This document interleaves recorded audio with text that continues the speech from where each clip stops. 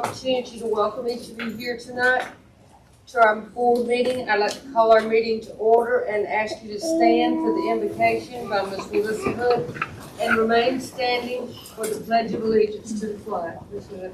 Let's pray. Father, thank you so much for this beautiful day that you've blessed us with.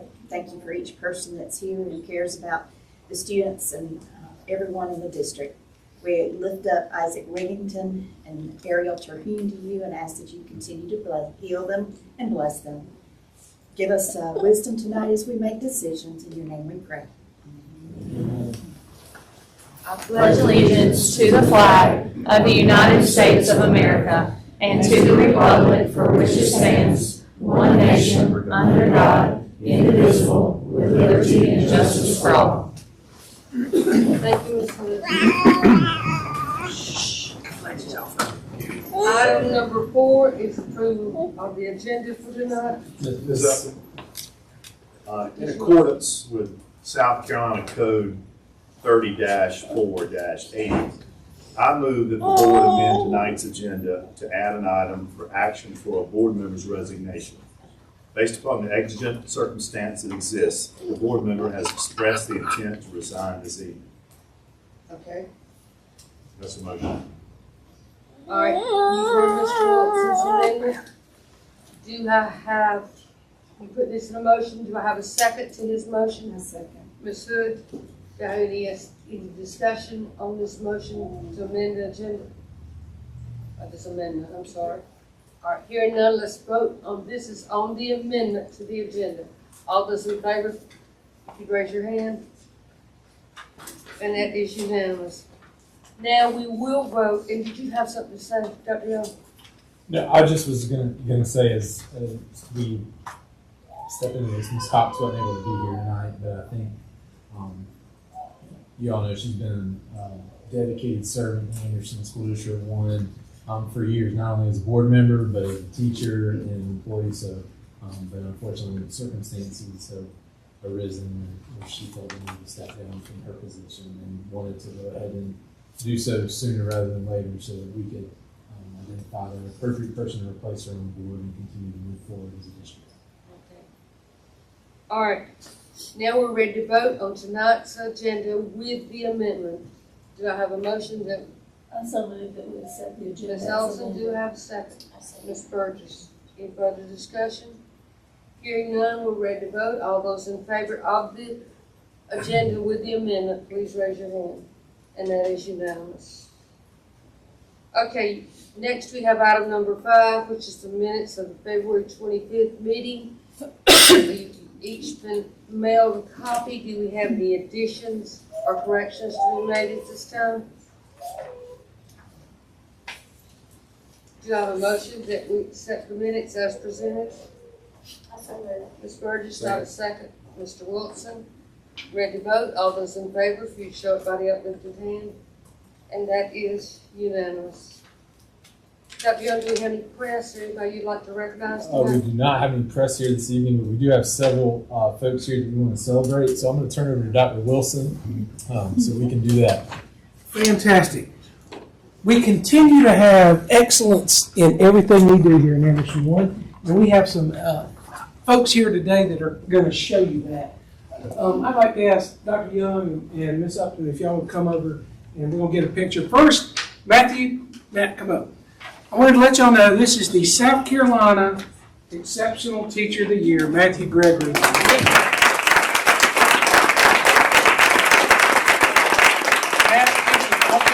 For us, does a fantastic job. He is a star. And thank goodness we're not the only ones that believe that. We'll let you get that. But he's done a great job, and I just want to congratulate Matt, Teacher of the Year.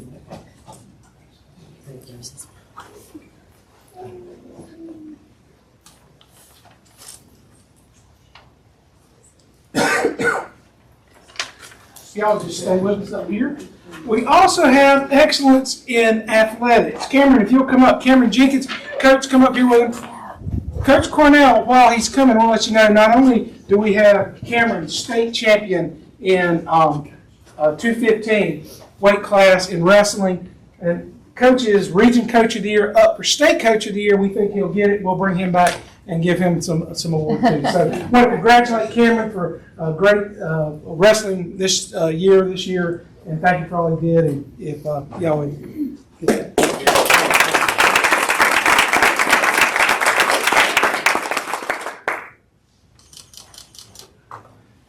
Thank you. Appreciate it.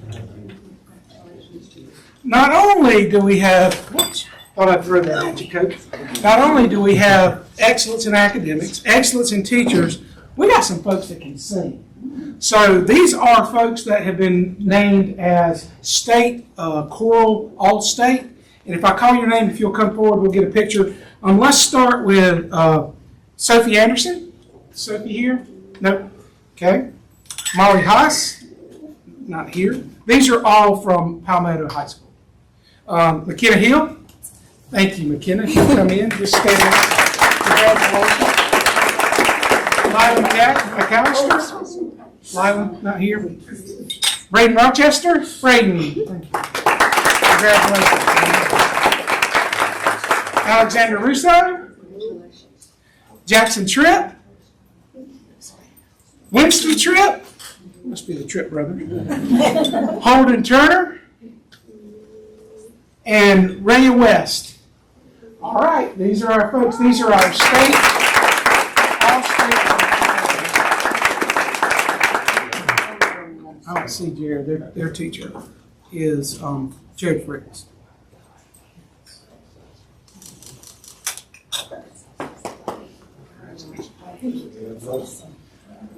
We also had from Pottersville High School, Grayson Gornick, Ben Stiles, okay? And from Wren, Aiden Graham, Jaden King.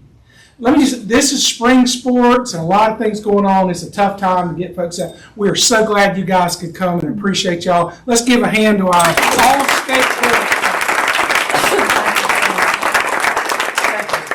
Appreciate it. Thank y'all for being here.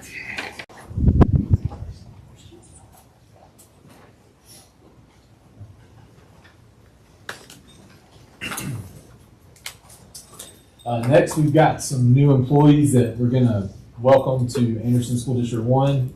First, we've got 2 new assistant principals that will be joining the Anderson 1 family. I'm going to start by introducing Ms. Braden Wilson.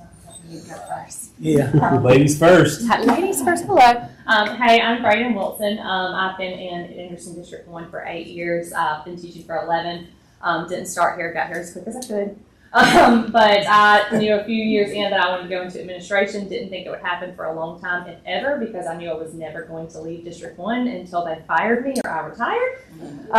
And everything that I do here has been so great and collaborative and wonderful. And being State Teacher of the Year this year has just cemented that fact. So I can say with authority that Anderson 1 is the best district in the state. So I'm really excited to go to Wren High, work with Dr. Whitfield. Wren's reputation, students, faculty speaks for itself. It's an excellent school and an excellent district, and I'm just excited to be a part of it in a small way, so thank you.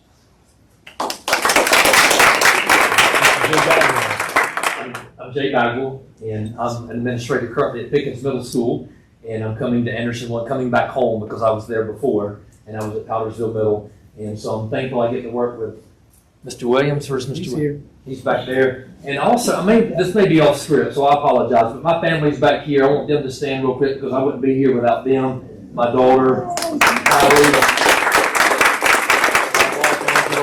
and my dad who lives with us. It's his birthday today. He's 79 today. I'm humbled for this opportunity. I promise I'll make you proud, and I have a grateful heart to be here in Anderson 1. It is the best school district in the state. Thank you. And Ms. Brady's got several teachers on the front row. That's right. We're rocking and rolling with our new hires, and we're going to begin with Charlie at the end. If you would introduce yourself, please. Hey, I am Charlie Pepper. This is going to be my 6th year teaching. I've been in Spartanburg 5 and also Pickens County. I took a year off to be with my newborn little baby, but I'm excited to come back and excited for it to be at Anderson 1. I have been recommended to be an LD resource teacher at Renville.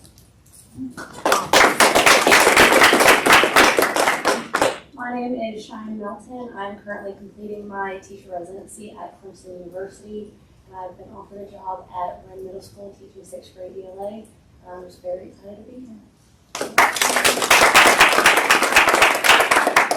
Good evening. My name is Nellie Lackey. I am a teacher resident in Pickens County, but I'm coming home and I'm very excited about it.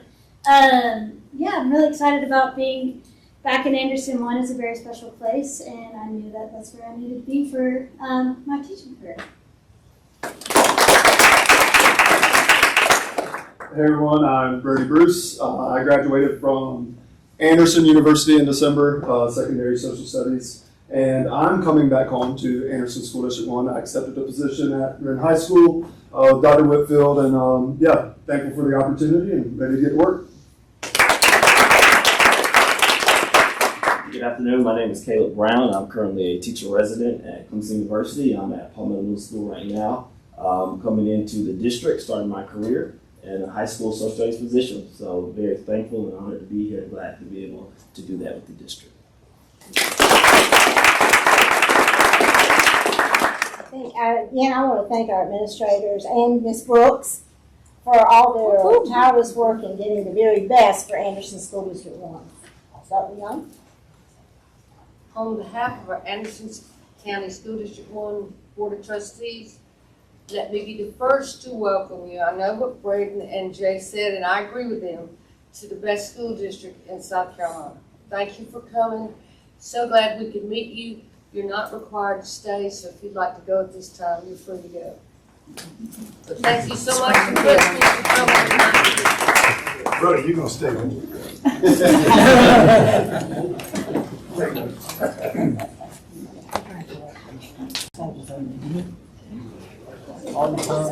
McKenna. Congratulations. Thank you, sir. How are you? Get out while you can. Get out while you can. See you guys. Thank you.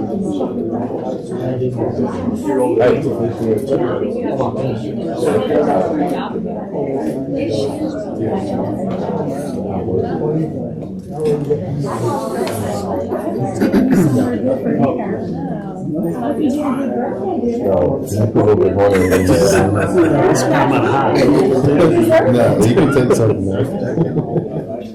I would also like to take a moment to welcome our Anderson University students who are required to attend the board meeting. So we are certainly glad that you're visiting Anderson 1, and we hope to see you in a few years.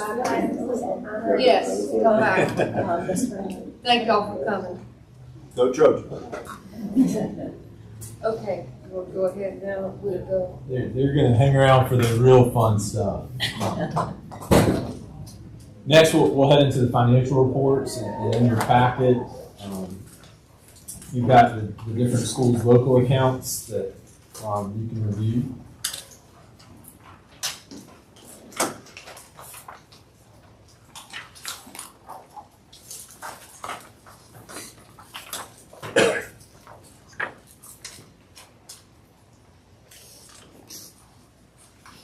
Next, in the blue papers, you see our investment funds. We currently have 47 CDs with a little over $10.67 million invested. Last month, we earned almost $290,000 in interest. On the third page of the blue account, you see the different accounts that we have everything invested in. Page 4 has the backup to pages 1 through 3. Page 5 has the backup to page 4. Page 6 has the backup to page 5, and then the last page is the backup to page 6. Next, you see the account 502 for the building program. I'll turn it over to Mr. Thomas. All right. Thank you, Dr. Young. So everybody should be turned to their 2022 building program subfund 502, and this report is for as of the end of February of 2025. You can see the revenue is at just slightly above $35 million. Total expenses for the program $25.2 million, and that brings our current building program balance to $11.1 million. And then below that, you can see the projects in progress as well as the completed projects as well. Next page is our local option sales tax, Subfund 515. This month we did not get any revenue in. However, below that you can see our fund balance beginning of the month as well as the end, starting at $22.2 million, plus interest received, less expenses. And then it also shows the transfer where we're using $1.8 million, or that's a quarter's worth. We're transferring $600,000 per month towards our 502 building program. So $1.8 million was transferred, and that brings our ending fund balance to $20.4 million. Next report is our revenue report for school board for general fund.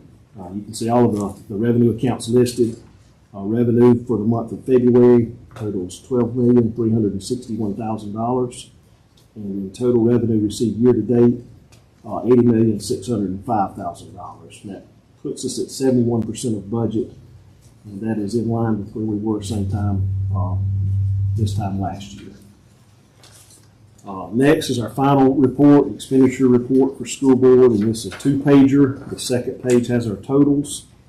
Expenses for the month of February, $9,395,000, and then expenses year to date of $72,342,000, which puts us at 63% of budget on the expense side. And again, very much in line with where we were same time last year. Any questions? Thank you, Mr. Thomas. All right. Okay. And next we want to do, I think we're just going to go right into the budget outlook, and I might stand up for this one because I have to click for a time or two. But we just want to give y'all an overview of what the budget's looking like so far. Again, we're early in the process. The House Ways and Means has given us some projections.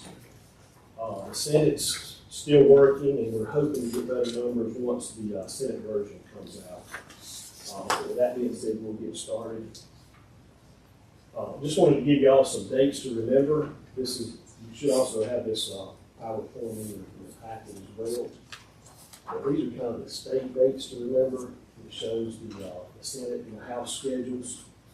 And you can see the adjournment is scheduled for May the 8th. But we just wanted to have you guys to have these dates available just in case you need to refer to them. All right, our next page is our Anderson 1 budget timeline. Of course, we've got tonight's meeting on March 25th.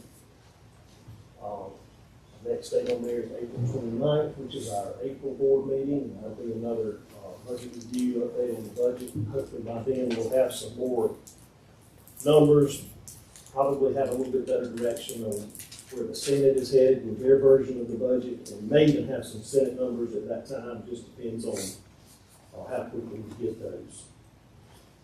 May 11th, which is a Sunday, that's normally the date we will put the budget hearing in the paper, the announcement of the budget in the paper there. We've got May 13th scheduled if needed for a budget work session, so we just kind of got that on hold in case we need that date. May 27th is our May board meeting. That'll be the final approval by our board for the budget. And in June, date to be named later, is when we will present our board approved budget to the county board.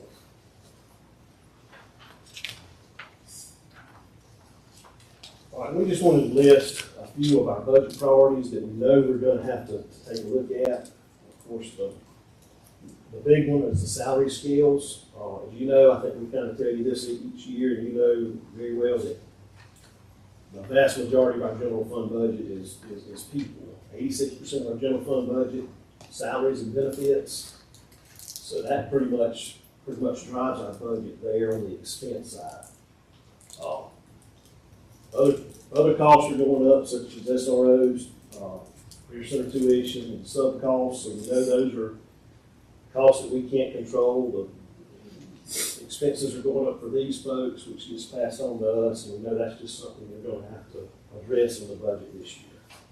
So just wanted to kind of put that on everybody's radar. Now these are some House budget priority items, and this is kind of from a state perspective, but we just wanted to give you the highlights that were given to us. The big one's $112 million for state-aided classrooms. This is the money that directly affects the funding formula.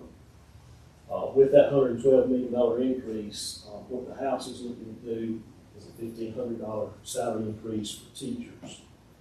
And that would be all sales, that would bring the starting teacher pay on the state minimum schedule to $48,500.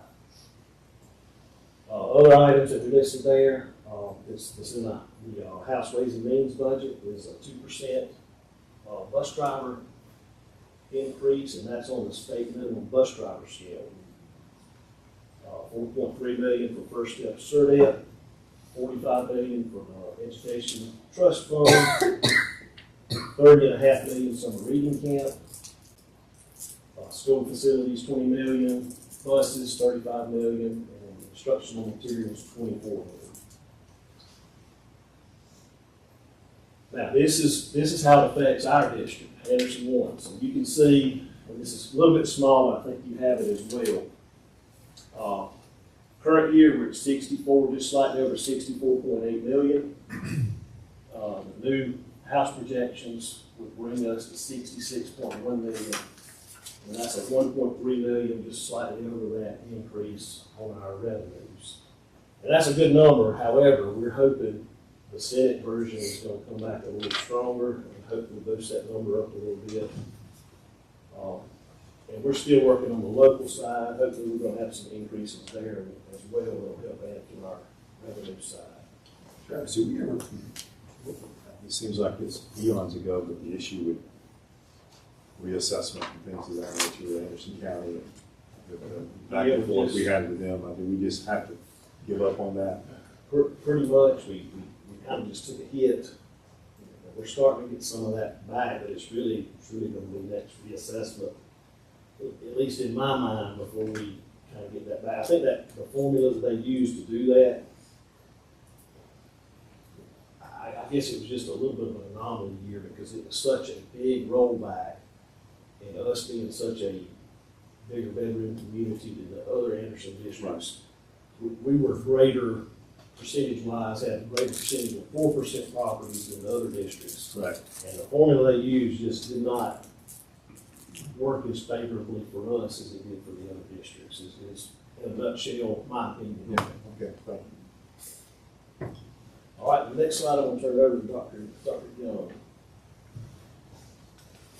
One of the things we want to go ahead and put on your radar is the proposed teacher salary scale that the House has put in place as of right now, and you can kind of see the salary scales. One thing I want to bring to your attention before I switch it over to our salary scale is there's only 4 columns.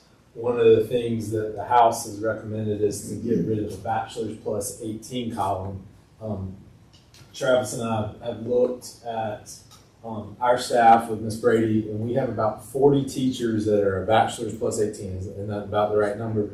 And so our plan for Anderson 1 would be we want to continue to be able to fund that column. We feel like that incentivizes teachers to continue to grow professionally, to go to graduate school and take advantage of that. But what you can see is the starting pay scale based on the House recommendation is 48.5. If we go over to our pay scale, I know it's set up a little bit differently. We're at 47.9, and then you can see that we still have the bachelor's plus 18. We feel like it's important to try to continue to fund that. What our goal is right now is to give teachers a $4,000 raise, and I'll tell you where that number has come from. Yes, the state's talking about somewhere between a $1,500 and you hear Governor McMaster talk about $3,000 raise. We feel like it's important based upon the salary scales of the districts around us, the other districts in Anderson County, and the upstate, that we have a goal of making sure that we give above what the state is getting so that we can continue to try to close that gap with teacher salaries.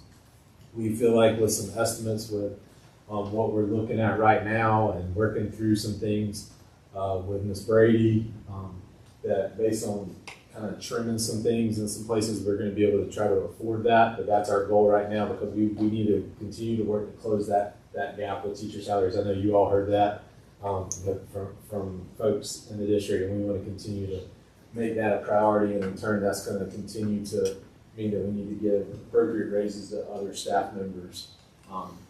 So you're saying $4,000 for every Yes, yes, ma'am. sale?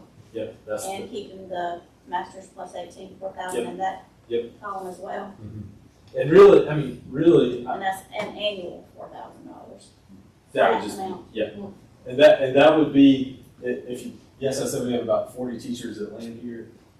This is about $1,000. So this column I would cost Anderson one about $40,000 Well, we to need keep in to do place, that. and so it's not a huge investment when you look at our budget as a whole.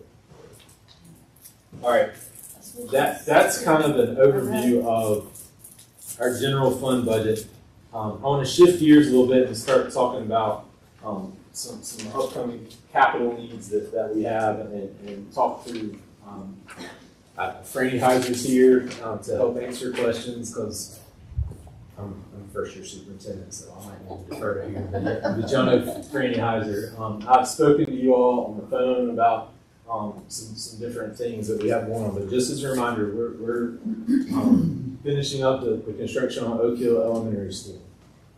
One of the things that we're continuing to do is work with the county on the infrastructure around the construction site that includes road improvements. It's also working with Powdersville Water on some water line movement that is impacted by the roads and the intersection right there at Elrod Road and Oak Road where the new school is. We've also got some projects around concrete where the road right there in front of concrete, we're doing some things to improve the traffic flow and car line right there between concrete and Salome with some increased curb and gutter and storm drains to help with the storm water that comes there.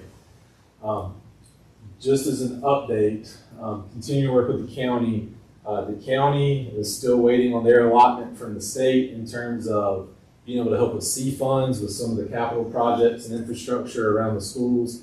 And then when you work with the state, they're waiting on some things to be released from the federal government. So it's that whole process. So hopefully, eventually we do get some C funds to help us with that, but that process has been slowed down. I've been in touch with the folks at the county level. I've also been in touch with Senator Cash about trying to help us with that. But we're also at the point in the project where there's going to have to be a bill to pay for that stuff, and we want to make sure we have enough cash on hand to be able to pay those bills when they come through.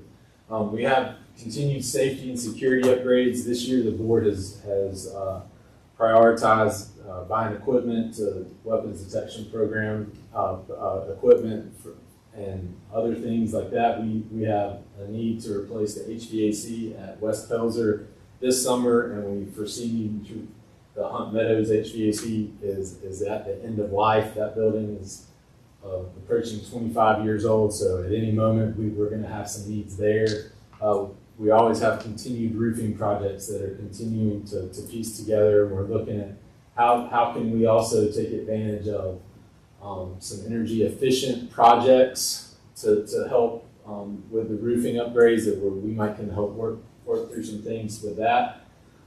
It's also the 5-year re-up for student Chromebooks and iPads, and then we also have teacher laptops that we're going to need to pay for as well.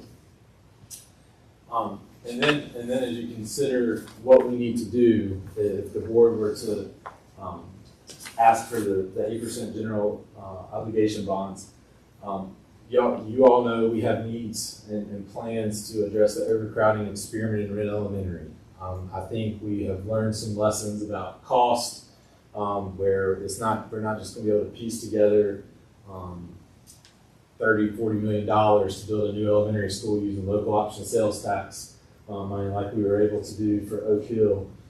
So we need to make plans for a new elementary school. I know you had worked with Mr. Benneker about a long-range plan, and so as we start wrapping up the project at Oak Hill, we're going to need to start looking ahead of what are we going to do think Miss Upton can tell you, I think she sits in the car line at Spearman a few times a week and spends a lot of time waiting in and out of those lines.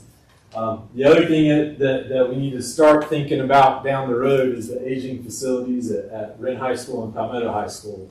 We continue to have plumbing and electrical needs in the original footprint of the building. I think you all became aware of some needs in the locker rooms last spring and summer where literally the ceiling was caving in, where some old pipe had given out and the ceiling caved in. I think you heard about the gym not being big enough to host a basketball game in the playoffs. The other thing to think about, we saw our wrestlers here tonight from Palmetto High School. Palmetto, when you look at the South Carolina High School League, their enrollment was the third largest in 3A. So Palmetto, when you start looking ahead, is growing. They're going to be 4A. I went to their playoff wrestling match against West Oak, and it was more hostile and exciting than the basketball game. So eventually, Palmetto is going to get faced with the same issues when they're having a big wrestling match, and then Miss Coach Broom and the coaching staff at Palmetto is continuing to build that athletic department. There's more students involved, so they're going to run into those same issues with gym size when it comes to playoff eventually, and we're going to need to have a plan in place to do that. So, and then again, that would be a first step in the evolution of a new campus for those schools. Possibly, that would be some. These are just some things that we know we're going to need to address in the near future. And then every time I spoke, and I'll talk about this again in a few minutes when I give you an update on the construction projects at Concrete. But I told the community last week, anytime that we do something, as long as I'm superintendent, we're going to need to put our hands on concrete because that's an aging building, and we're going to need to make sure we're doing what we can to make sure that building stays in good shape. The other thing about the timing of the board considering asking for the general obligation bond would be that if we did that right now, in a couple of years, it would set the district up to be able to ask the taxpayers to consider doing some things to address some of these larger projects without having to raise taxes. Because some other things would be rolling off the capital side of things. I'm trying to use the right words the first time. You're doing great. Good job. But this would be able for us to really kind of sit down with Franny and Mike to look at what are some long range projects to say that the community would be able to fund without having to raise taxes. I know that none of us want to be in the business of raising taxes. Travis and I have we've talked with the county board already that our goal is not to raise millage on the operational side of things this year. We definitely don't want to do that, but we're also want to make sure that we're doing everything we can to plan ahead so that if we do have to do some things to build a new elementary school or to address some space at Wren High School or Palmetto High School, we can do so without having to raise taxes on the community.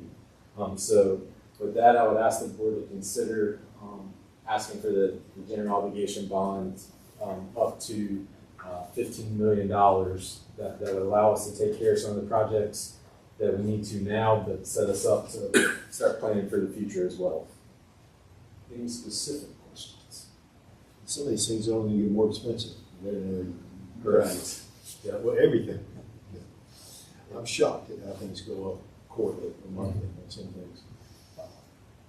Are any of the infrastructure that we would spend reimbursable by the county? The hope would be that as money becomes available from the state, that we could get some C funds. That's the county funds that would help us with that. So that possibly. I think we would have to work closely with Franny and her group to make sure that the money that we used wasn't necessarily reimbursable for those specific projects. Is the South Carolina DOT willing to help in any of the road work as far as? Dr. Wilson and I were on a call with the DOT at Cartersville Water yesterday, and they were not being very helpful. And in their defense, I think they're strapped for finances as well. But we've tried every which way. I was on the phone with Matt Austin and Rusty from the county today, and they're going to try to help us revisit some of the conversations with them to see if there's a way that we can work with. I don't know if you're familiar with Elrod Road that goes along Oak Hill, but right before Elrod Road circles to cross Interstate 85, there's an industrial park being put in where they're doing tons of grading, and if you watch, there's just dump trucks going up and down. So we're going to try to see if the owners, the developers of that project can also help us out with some of these infrastructure, because as we tried to explain to the DOT yesterday, we're not developers. We're not making a profit off of this project. We're trying to serve the community. So for us to continue to be burdened with these costs, the developers that are making a profit off of that could help us pay for some of that as well.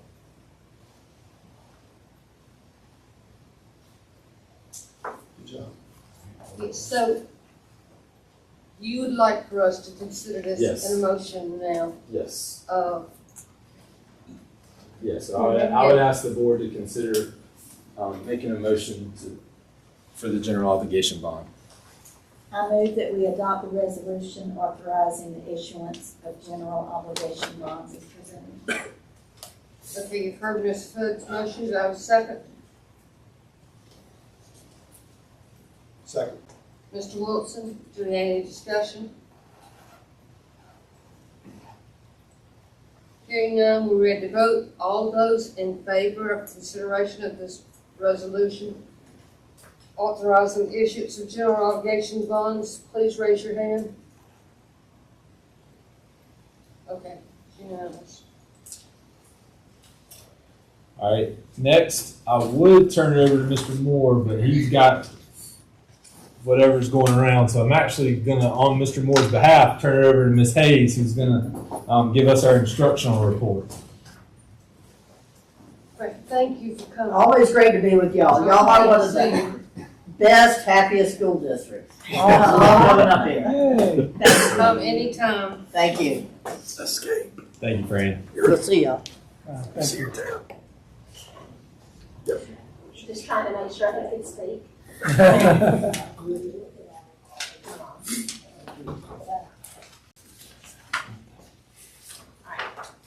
So each year, this is I'm new at this. So each year the strategic plan needs to be presented to the board. And this year that task is me. I wrote the strategic plan. I updated the strategic plan. So what we're going to do is talk about the plan components. So these are the plan components of a strategic plan. But this year was not a renewal. It's just a renewal year. We don't have to rewrite the plan. So technically it's just updating. So most of the stuff that's in here, most of the information that's included in the plan pretty much stayed the same except for the data being updated. The strategic plan was written so that it matches the mission statement, the knowledge and skills and life characteristics of each student that's being enhanced so that we promote the excellence of Anderson One. And then there are focus areas in the strategic plan. So as we're looking through the focus areas, what you're going to see is each focus, I included the data for each focus area as we go through it. The first focus area was early childhood. And so when you look at that, the KRA test is the one that focuses on it. And what I tried to do was put the last 2 years that were already in here and then put this past year's data. If it is green, that means we met both goals, okay? So not only did we increase from the year prior, but we also met this year's goal for our strategic plan. So there's 2 checks, which equals a green. When you look at areas of focus for academics, so this is SC Ready. The first slide is SC Ready 3 through 5 for ELA. The next slide in just a moment, you're going to see 6 through 8 ELA. All right, so when we went through, if you look at fifth grade we increased from last year to this year, and we met the goal. Now, so we met one goal. When you look at third and fourth, we were close, but we did not exactly meet the goal. However, when you compare us to the state, we met every goal.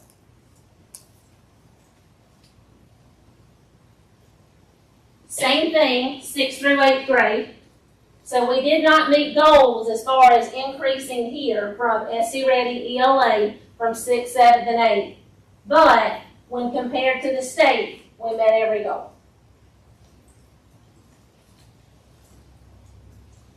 Okay, now we're going to move from SC Ready ELA to SC Ready Math. We're going to go back to elementary. We met 4th grade to 5th grade. We increased from last year to this year. And then when we look at state, we met in all three, or we beat all three. Now we're at middle school. Middle school, we increased from 6th to 7th, or 6th and 7th from last year to this year. We made improvements. And then statewide, we beat all three.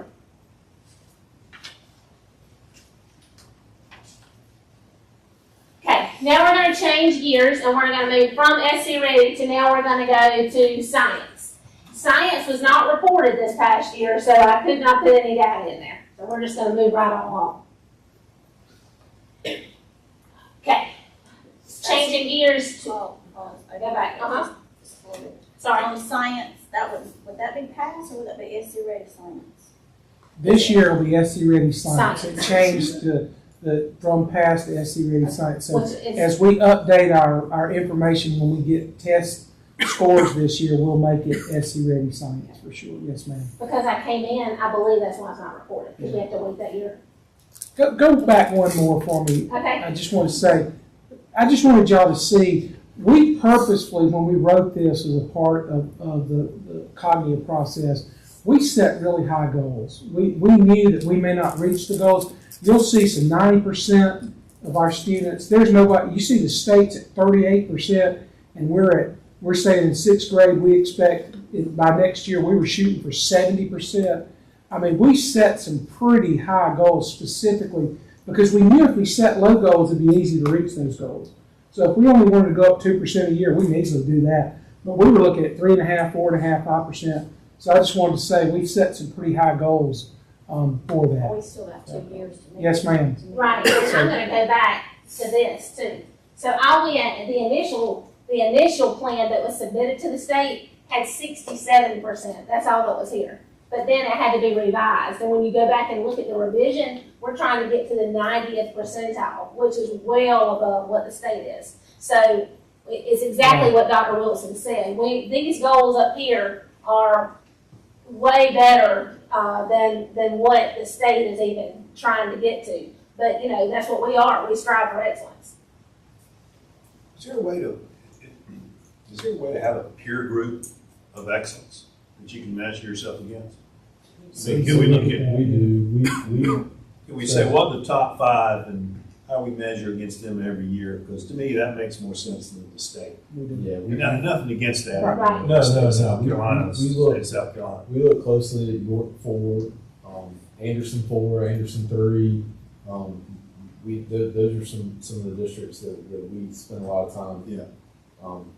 Especially Anderson 4 and Anderson 3. We spend a lot of time bouncing ideas off one another, talking to one another. That's great. Some of what you've seen with we talked about Algebra 1, some of what you've seen with that came from bouncing ideas off of what's happened at Crescent High School. We looking at that, I mean, you can speak. It is. It's exactly what we did. As soon as the report card came in, all of us, we were looking at, okay, who's above? We're third here, so who's 1 and 2? And specifically, Crescent was 1. We were like, what in the world are they doing? Because they're rural. They have lots of similarities like us, so what can we glean from them? So that definitely happens. They haven't had scores like that since 1984. They said they finally overcame with whatever.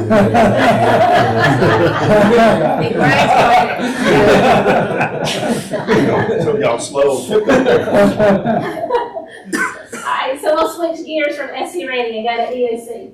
Alright, when you look at, so step 1 on EOC, this is English 2.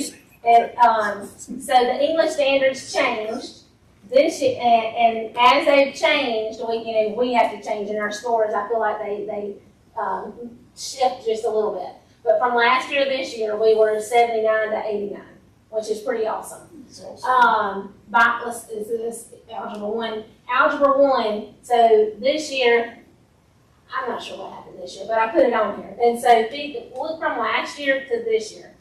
And this is last year's report card. This year should be better than that. Because, at the last board meeting, I think it was the last board meeting, those scores are not factored into this. Okay, when we look at the biology exam, again, 52 to 75, 54 to 67 for U.S. history. So we're making some great strides. Okay, another area of focus was by the end of the school year, we will have a percentage of minority students in AP classes. And so if you look, it's increased. Not only did we meet our goal, but we increased from the year prior. Okay, college and career readiness. The one that is included on the strategic plan, there's all kinds of factors in CCR. But the one that's included in the strategic plan is the SAT. And so this is where we lie with SAT. It's definitely a place that we need to work with, and it's definitely a place that we are working with. I have a question. Yes, ma'am. Did I not hear somewhere where not all colleges are requiring an SAT now? Correct.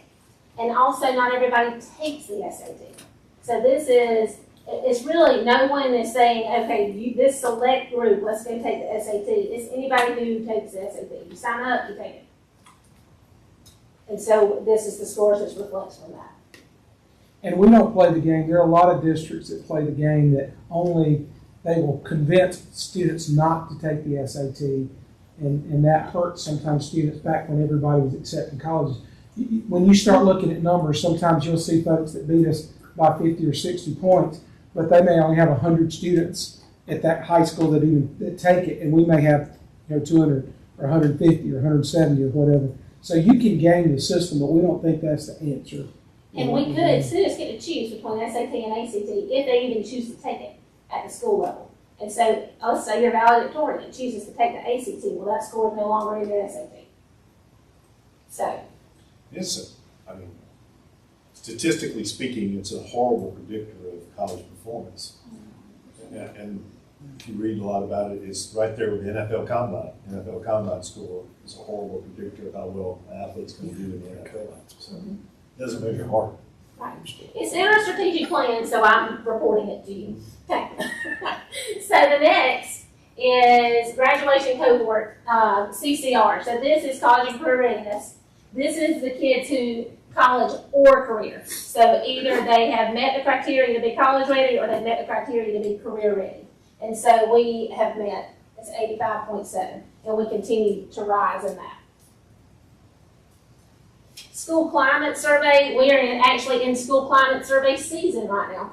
Last year, we've increased from last year, and we well beat our expectations of what we had. So that's a satisfactory parent survey? It is. So 93.3% of our parents are Satisfied with school home relations. It's pretty awesome. You can't get much higher than that, can you? Not much. Just 7%. Right? I mean, statistically speaking, there's always going to be somebody. 5% are going to be mad all the time. Yeah, exactly. 5% Did it go? The next one? It's got like graduation It rate. looks like that's the last slide. Okay, so that's the last one that's on there. Okay, and so that's the end. That's the strategic plan in a nutshell. Do y'all have questions? So we're under this cycle till 26, 27. We are. You just have to renew until. Right now, yes. That'll be our year of cognizance. Next year, And we'll- next year, You will start. about this time is when we'll start really The like digging next in cycle. and talking about goals and mission statements and vision statements. And so buckle up. And exactly right, the year of cognizance is the year we review. But it's all virtual. They don't visit anymore. So everything is done virtually. And the other thing I think is very true that we've done since the last cycle is we have really streamlined our processes, and we have artifacts on hand. So I think for everything, it's going to be a lot easier to put together once we decide what our goals are going to be. Yes, and at the school level, it's not, whereas last time that we went through that process, every school had to do all of these things in its own entity. Now it's not, the district does it and the school can help the district versus having all separate documents to submit. So that's nice. Good job getting that Yes, you did. set up. And you did an excellent job. And you tonight. did a good job. Yes, absolutely. I know we always strive for excellence. I appreciate that as we continue to. I'll say this before Ms. Hayes gets out of here. I know that in our first year as a new leadership team, we haven't done everything right. But bringing Ms. Hayes on board as part of our district. So she's been a great asset to the team. Next is the student nutrition report from Ms. Brady. Okay, guys, I got a little tired of constantly being shown up by instruction. You still today, Miss Brady? I got a presentation tonight. All right, do it. I'm going to try and get off script, but I know y'all are just tired of hearing about how great we're doing in student nutrition, because we are.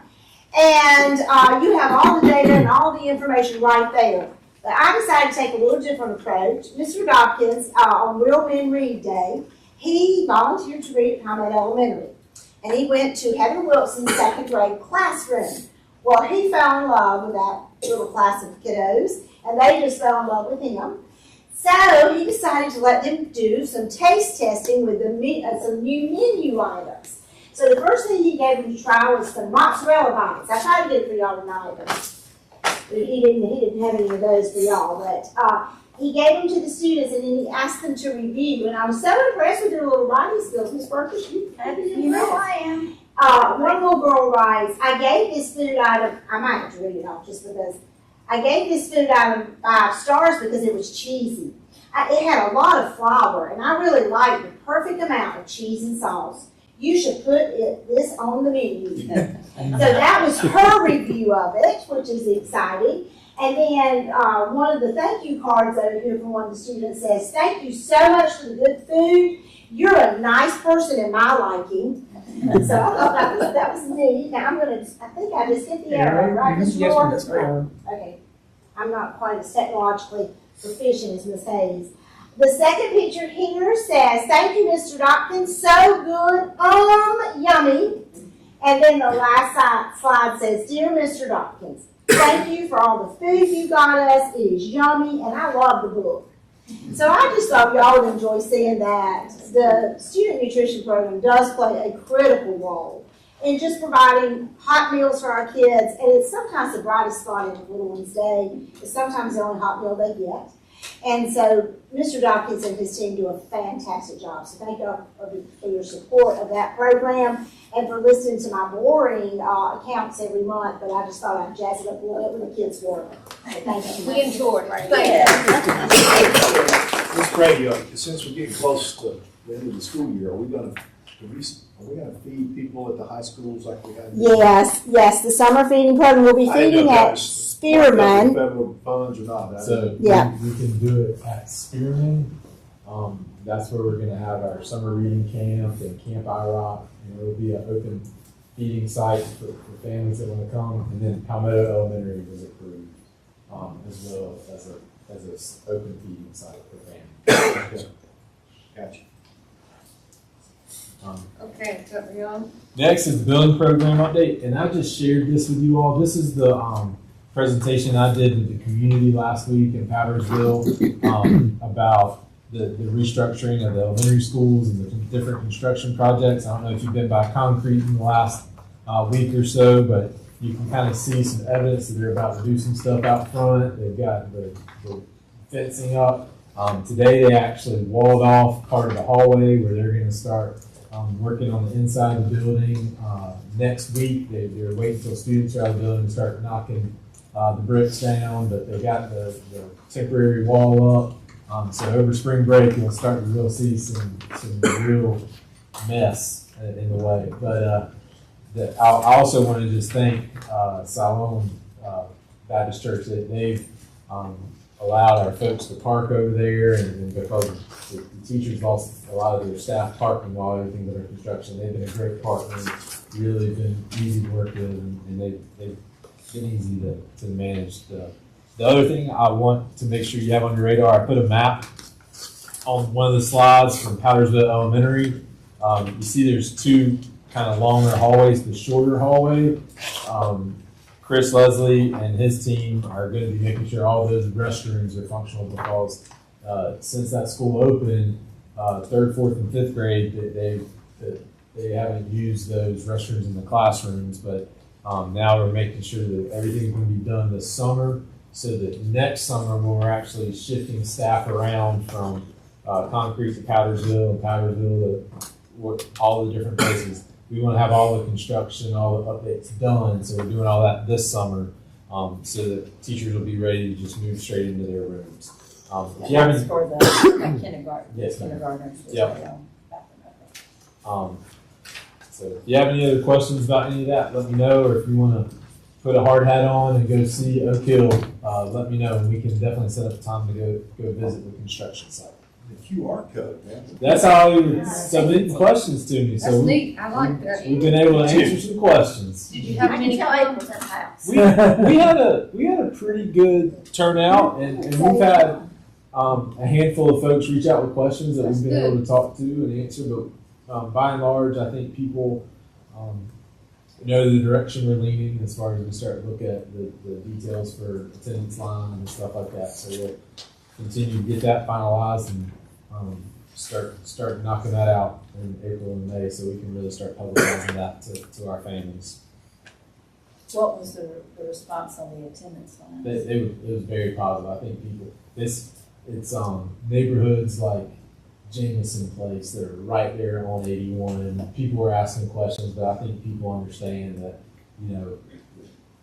the great thing is Concrete and Powdersville Elementary are such great schools.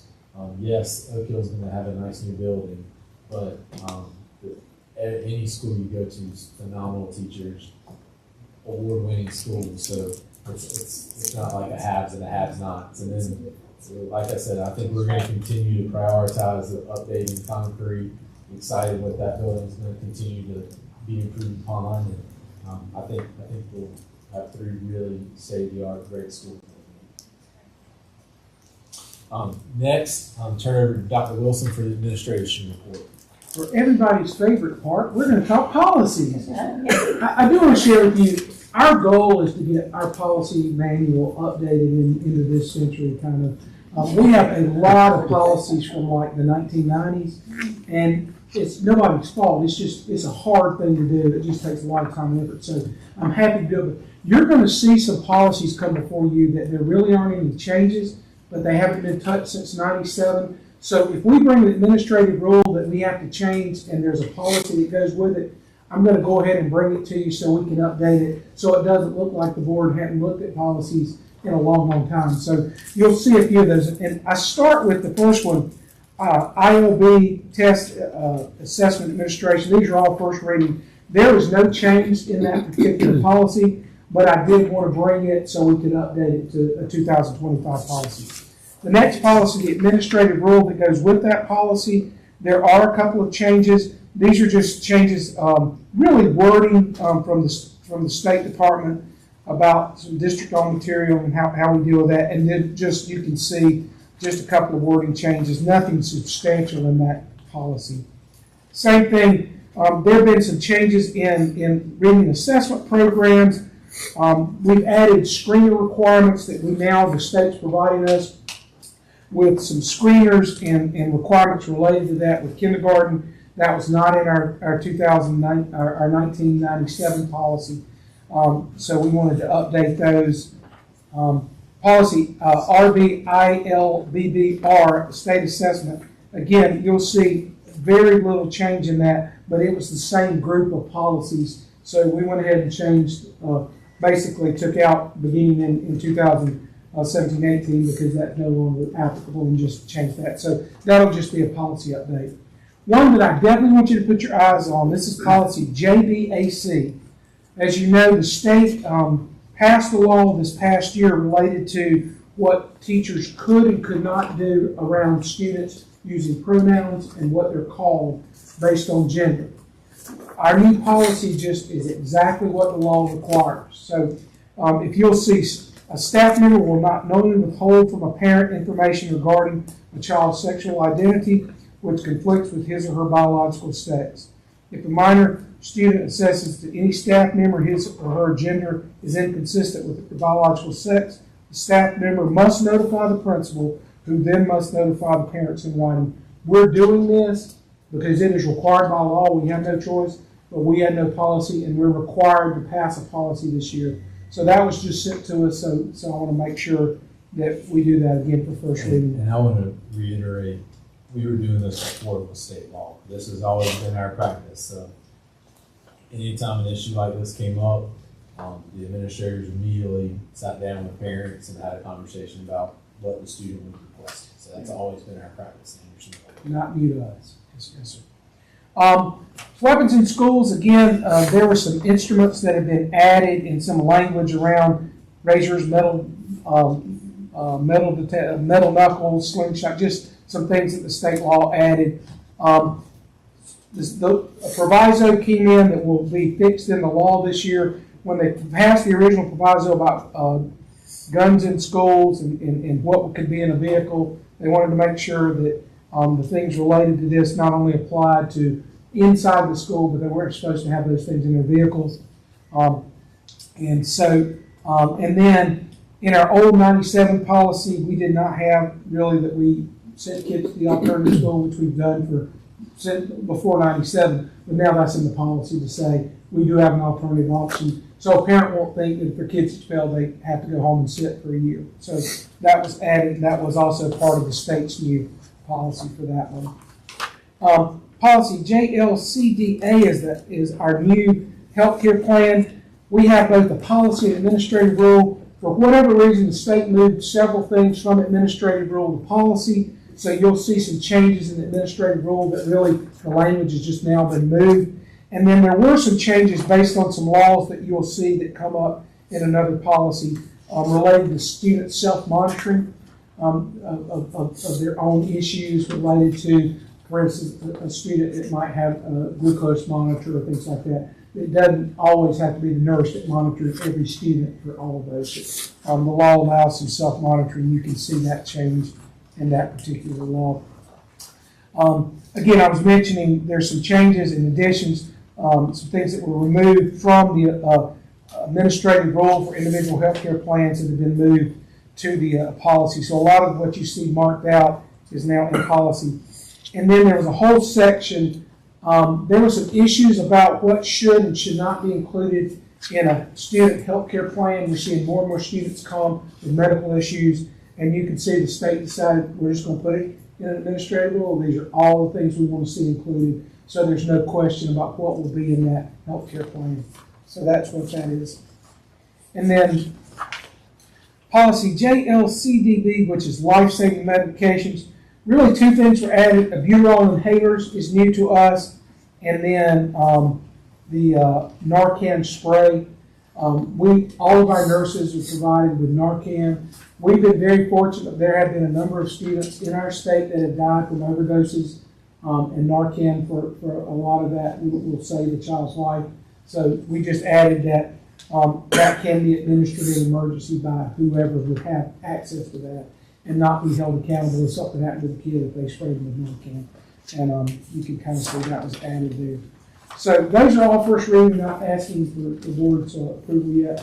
If you have any questions about any of those between now and the next board meeting, please call me, and I'm happy to go in and make any changes the board would like to see. Thank you, Dr. Wilson, and we will consider these new policies have been changed and all for informational purposes only. Make sure you call if you have any questions. Okay, item number F, safety update. Safety update. We actually have a meeting tomorrow to review some of our protocols at the high school level, but we continue to get good feedback from parents, the community, and staff about the use of the weapons detection program. One thing that equipment. One thing that I think I've had some individual conversations with each of you about since the conference in February is when we consider safety update that before next school year, we have, some of you have asked me about a clear bag policy at athletic events, so we probably need to make sure we get that finalized, so we communicate that before we get into next year's football season and start working with the sheriff's office and SROs and athletic directors about how we're going to manage that, if that's the direction that we want to go. Truly, I think Anderson 1 and 2 are two of the last districts that haven't gone that route. And as a parent, I know when I go to Anderson 5 or Greenville County that the clear bag policy is pretty standard. So I think most people are pretty used to it. I know you go to a lot of middle and high school sporting events with your kids, and I think it's pretty standard. I think you see the same thing when you go as a parent. Definitely at the college level, it's expected now. So that's one of the things I think the board needs to consider as we get into the summer and start making plans for next year. Okay, next item is item number G, consideration to move the April 29th board meeting from Tuesday until Monday, April 28th, 2025. Yes, ma'am. I think there were a couple of conflicts on that Tuesday, so graciously we were hoping to move the meeting to Monday the 28th for the April board meeting. Okay, do I have a motion approving Mr. Wilson? Do I have a second? Ms. Ellison, any discussion? Ray? Know that I don't have a problem with it, but I won't be available most likely, because that's my work night. Okay. You know. Okay. Anybody else that might not be here? Okay. We're ready to vote. All those in favor, show it by the uplifted hand. And that is unanimous. Thank you, Ms. Burgess. Next item, item number H, consideration to go into executive session to review personnel matter. Do I have a motion that we go into executive session? Mr. Wilson, do I have a second? Myself, Dr. Neal, Ms. Simon. All those in favor, if you show it by the uplifted hand, that is unanimous. And Dr. Young? I would like to report there's no action taken during executive session. Mr. Wilson? I'd like to make a motion that we accept Mrs. Cox's resignation. Okay. You've heard Mr. Wilson's motion that we accept Pat Cox's resignation from the board as of today, March 25th. Do I have a second? Second. Ms. Ellison? Ready to vote? All those in favor, show it by the uplifted hand. And she has been sick for quite a while, so. Thank you. All right. Dr. Young? The last item on the agenda is the personnel report, and I think Ms. Brady can give you some highlights on a couple of the teachers that were here tonight. Yes. Guys, we are incredibly excited to recommend Brady Wilson and Jay Bagley to our administrative team. We also recommend our current group of administrators, which you have listed. We have several transfers and resignations for recommendation as well. And we are thrilled to recommend the teachers that were here this evening. Some of them were on last month's agenda to join. They're a very strong group, and I think they'll be a great addition to the Anderson One family. I especially want to tell y'all the African-American young man, Caleb Brown. He is a commie mister from Clemson University, and I'm going to tell you, you can imagine competition from Mr. Brown, and we all work very hard, all of us, Dr. Young, me, Ms. Brooks. Mr. McCauley has welcomed him, doing a teacher internship, and he decided to come our way and wanted to bring his mother so that she could visit and meet everyone. So his mother is with him tonight. So thank y'all again for the opportunity to hire early, and I think these educators are going to be fabulous. Great additions to the team. Okay, you've heard the recommendations. Do I have a motion that we accept these recommendations tonight? Also moved. Ms. Burgess, do I have a second? Second. Mr. Wilson? We're ready to vote. All those in favor, show by the uplifted hand. And it was a great looking group, as always. Item number J, item number 8 is to adjourn. Do I have a motion? Ms. Ellison, a second. Second. Ms. Hood, all those in favor, please stand and thank you.